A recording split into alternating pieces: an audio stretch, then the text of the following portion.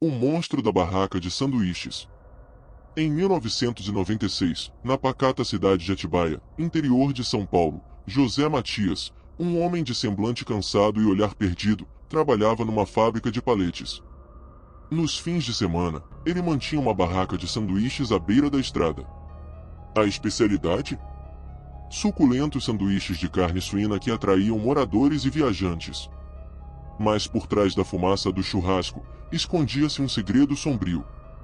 2 anos antes, em julho de 1994, José retornou do trabalho para encontrar sua casa deserta. Sua esposa, lutando contra o vício em drogas, havia fugido, levando consigo o filho do casal. Desesperado, José mergulhou em uma busca incansável, vasculhando cada canto obscuro da cidade, mas em vão.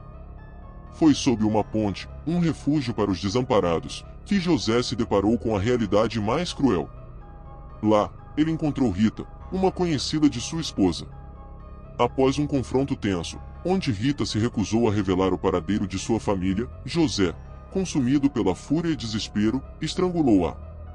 Ele enterrou seu corpo em uma cova rasa, nas proximidades da fábrica onde trabalhava, marcando o início de sua descida ao abismo. A descoberta de que sua esposa havia se mudado para o outro lado do estado e que seu filho tinha sido levado para adoção foi a gota d'água. Em um ato de insanidade, José desenterrou os restos de Rita, tomando uma decisão macabra que mudaria para sempre o rumo de sua vida. A partir daquele momento, sua barraca de sanduíches se tornou um véu para sua nova e horrenda realidade. A carne suína que tanto atraía os clientes agora tinha um ingrediente secreto: restos humanos. José, agora um homem transformado pela perda e pela loucura, via no ato de matar a única constante em sua vida fragmentada. Enquanto preparava seus sanduíches, a mente de José vagava por caminhos tortuosos, refletindo sobre a busca por sua família que o levou a um ponto sem retorno. Ele se perguntava, sem realmente entender a gravidade de suas ações, até onde seria capaz de ir. Mas a verdade era que ele já havia cruzado um limiar do qual não havia retorno, tornando-se uma sombra do homem que um dia foi. Seja bem-vindo ao canal Contos da Escuridão. Obrigado por assistir a este vídeo, se inscrever no canal e ativar as notificações. Se gostar, lembre-se de deixar o like no vídeo.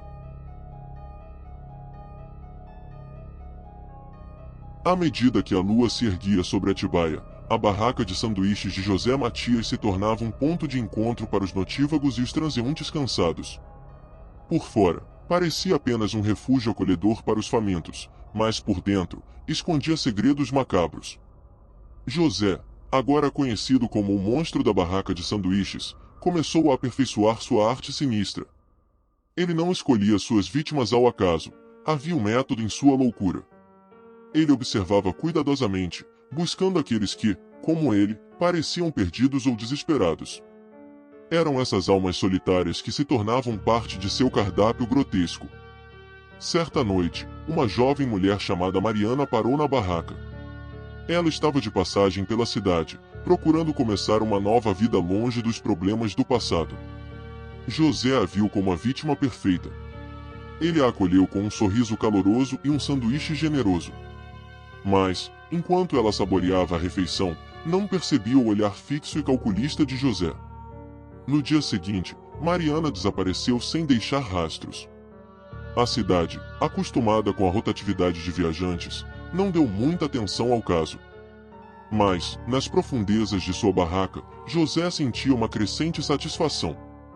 Ele começava a se ver não apenas como um assassino, mas como um artista da morte, transformando a tristeza e o desespero de suas vítimas em um banquete macabro. Com o tempo, rumores começaram a circular. Pessoas falavam de desaparecimentos misteriosos e de um mal-estar inquietante que pairava sobre a barraca de José. Alguns diziam sentir um cheiro estranho vindo de lá, outros falavam de sonhos perturbadores após visitar o lugar. Mas ninguém suspeitava da verdade horripilante. Enquanto isso, José se tornava cada vez mais ousado. Ele começou a experimentar com diferentes cortes e temperos, buscando a perfeição em sua arte macabra. Em sua mente distorcida, ele acreditava estar prestando um serviço à sociedade, livrando-a daqueles que considerava indignos ou perdidos. Numa noite chuvosa, um viajante cansado chamado Carlos parou na barraca. Ele estava fugindo de um passado doloroso e via em José um ouvinte atento. Enquanto conversavam, Carlos não percebeu o brilho sinistro nos olhos de José.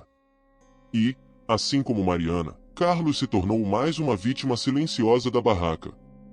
A história de José, o monstro da barraca de sanduíches, estava longe de terminar. A cada novo desaparecimento, a lenda urbana crescia, alimentando o ego distorcido de José. Ele acreditava estar acima de qualquer suspeita, escondendo-se atrás de sua fachada de vendedor simpático e prestativo. Mas o destino reserva surpresas, e na quietude da noite, sussurros de justiça começavam a se formar. Enquanto José planejava seu próximo movimento, forças desconhecidas se mobilizavam nas sombras, preparando-se para revelar a verdade aterradora escondida por trás dos sanduíches mais famosos de Atibaia.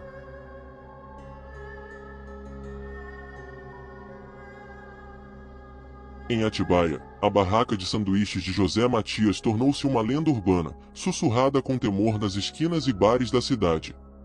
Alguns falavam dos desaparecimentos inexplicáveis, outros, mais supersticiosos, murmuravam sobre um mal antigo espreitando nas sombras. A verdade, porém, permanecia enterrada sob camadas de medo e segredo. Enquanto isso, José, o monstro da barraca de sanduíches, continuava seu macabro ritual. Ele se deleitava com a ideia de que, sob a aparência de normalidade, escondia-se um monstro sedento por vingança e dor. Mas, em seu íntimo, uma inquietação começou a crescer. O eco de seus atos passados sussurrava em seus ouvidos, e as sombras da noite pareciam sussurrar os nomes de suas vítimas. Foi então que a trama começou a se desenrolar de forma inesperada. Uma noite, um jovem casal, Ana e Rafael, decidiu parar na barraca de José. Eles estavam celebrando o aniversário de namoro e buscavam um lugar para comer. José os recebeu com um sorriso, mas seus olhos escondiam um brilho sombrio. Enquanto preparava os sanduíches, José ouviu Ana mencionar uma amiga desaparecida há algumas semanas, Mariana, uma de suas vítimas. O coração de José gelou. A conversa casual do casal revelou que a polícia estava investigando o caso mais a fundo, e algumas pistas apontavam para a região da barraca. José serviu os sanduíches, tentando ocultar seu nervosismo. O casal, alheio ao perigo, comentava sobre a delícia dos lanches. Mas, no fundo de sua mente, José sabia que o cerco estava se fechando. Ele precisava agir rapidamente para manter seu segredo a salvo. Naquela mesma noite, após o casal partir, José fez algo que nunca havia feito antes. Ele entrou em sua barraca e começou a destruir as evidências de seus crimes. Mas, enquanto fazia isso, um sentimento estranho o invadiu. Era como se as sombras ao seu redor ganhassem vida, sussurrando e zombando de sua tentativa desesperada de escapar. No dia seguinte, a polícia apareceu na barraca. Eles estavam fazendo perguntas rotineiras, mas José sentia o peso de cada olhar, cada pergunta. Ele sabia que o tempo estava se esgotando. Aquela noite, enquanto José se preparava para o que poderia ser seu último ato, uma figura sombria o observava de longe. Era um detetive que vinha seguindo o rastro de desaparecimentos, e algo em sua intuição lhe dizia que a resposta para o mistério estava ali, naquela barraca aparentemente inofensiva.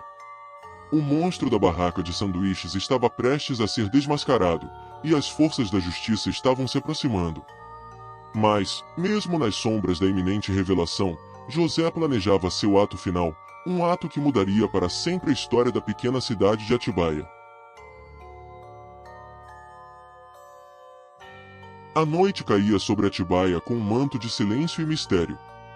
Nas profundezas de sua barraca, José Matias, o agora infame monstro da barraca de sanduíches, sentiu o cerco se fechando. As visitas da polícia se tornaram mais frequentes, e os olhares de suspeita dos moradores locais pesavam sobre ele. A rede de mentiras e horrores que ele havia tecido começava a se desfazer. Nessa noite fatídica, José decidiu que era hora de um último ato de desespero. Ele planejava desaparecer, deixando para trás sua identidade macabra.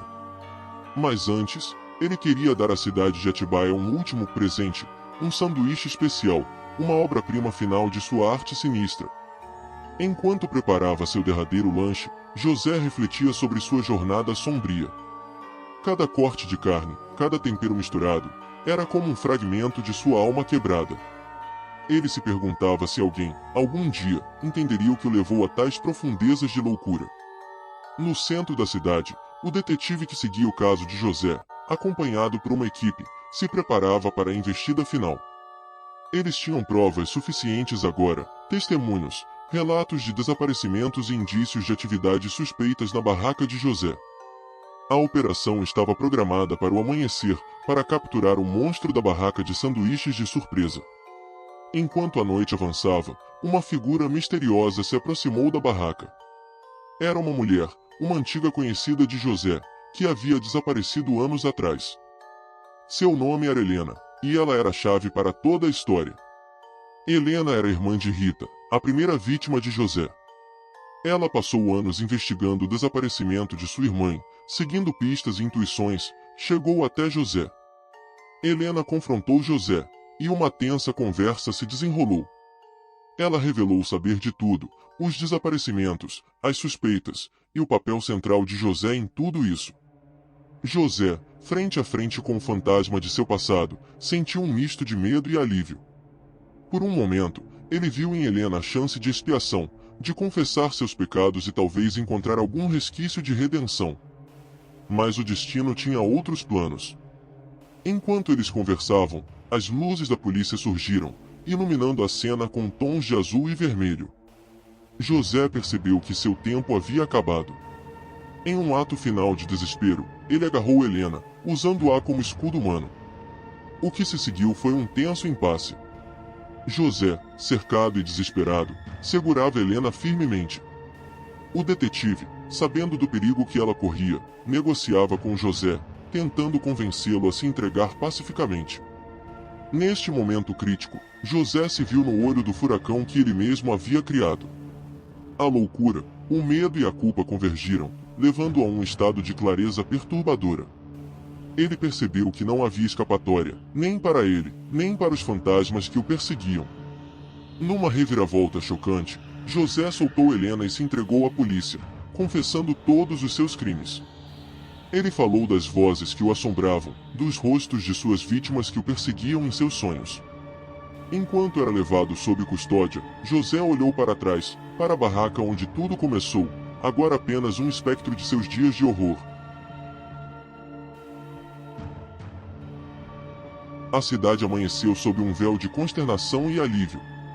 José Matias, o monstro da barraca de sanduíches, havia sido capturado, e sua horrenda série de crimes finalmente chegava ao fim. Mas enquanto a notícia se espalhava, uma atmosfera de inquietação ainda pairava no ar. No tribunal, José enfrentou as consequências de seus atos. Diante de uma sala repleta de olhares atonitos e corações aflitos, ele contou sua história, uma narrativa de perda, desespero e descida à loucura. Enquanto falava, uma estranha calma tomava conta dele, como se ao compartilhar seu fardo, ele se libertasse de suas próprias sombras. O juiz, após ouvir os depoimentos e analisar as provas, condenou José a uma longa pena de prisão. Mas, antes de ser levado, José fez um último pedido. Queria voltar à barraca, uma última vez. Sob forte escolta policial, José retornou à cena de seus crimes. A barraca, agora vazia e silenciosa, parecia um fantasma de um passado distante. Ele caminhou até o balcão, tocando as superfícies que uma vez usou para perpetrar seus atos macabros. Lá, ele encontrou um envelope amarelado. Era uma carta que sua esposa havia deixado anos atrás, explicando sua partida e levando consigo o filho do casal. José nunca a havia encontrado, escondido em um canto esquecido. Lendo a carta, José compreendeu a extensão de seu delírio. Sua busca por vingança e justiça havia sido baseada em uma mentira que ele mesmo criará. A revelação foi um golpe devastador, a última peça de um quebra-cabeça trágico. Enquanto isso, Helena, a irmã de sua primeira vítima, iniciou um movimento na cidade.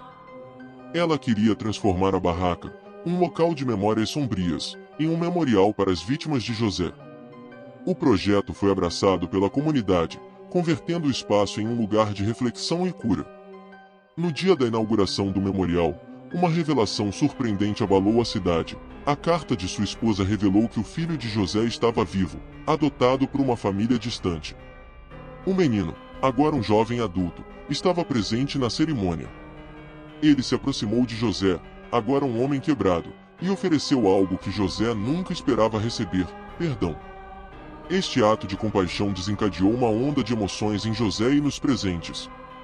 O menino, que representava a inocência perdida e as vidas alteradas por aqueles eventos trágicos, mostrou a todos que, mesmo nas profundezas da escuridão, a humanidade e a esperança podem prevalecer.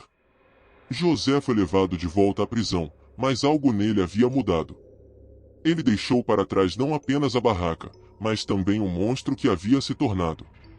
A cidade de Atibaia, marcada para sempre por essa história, aprendeu uma lição dolorosa sobre o lado sombrio da humanidade. E assim, a história do monstro da barraca de sanduíches se encerrou, não com um grito, mas com um sussurro de redenção.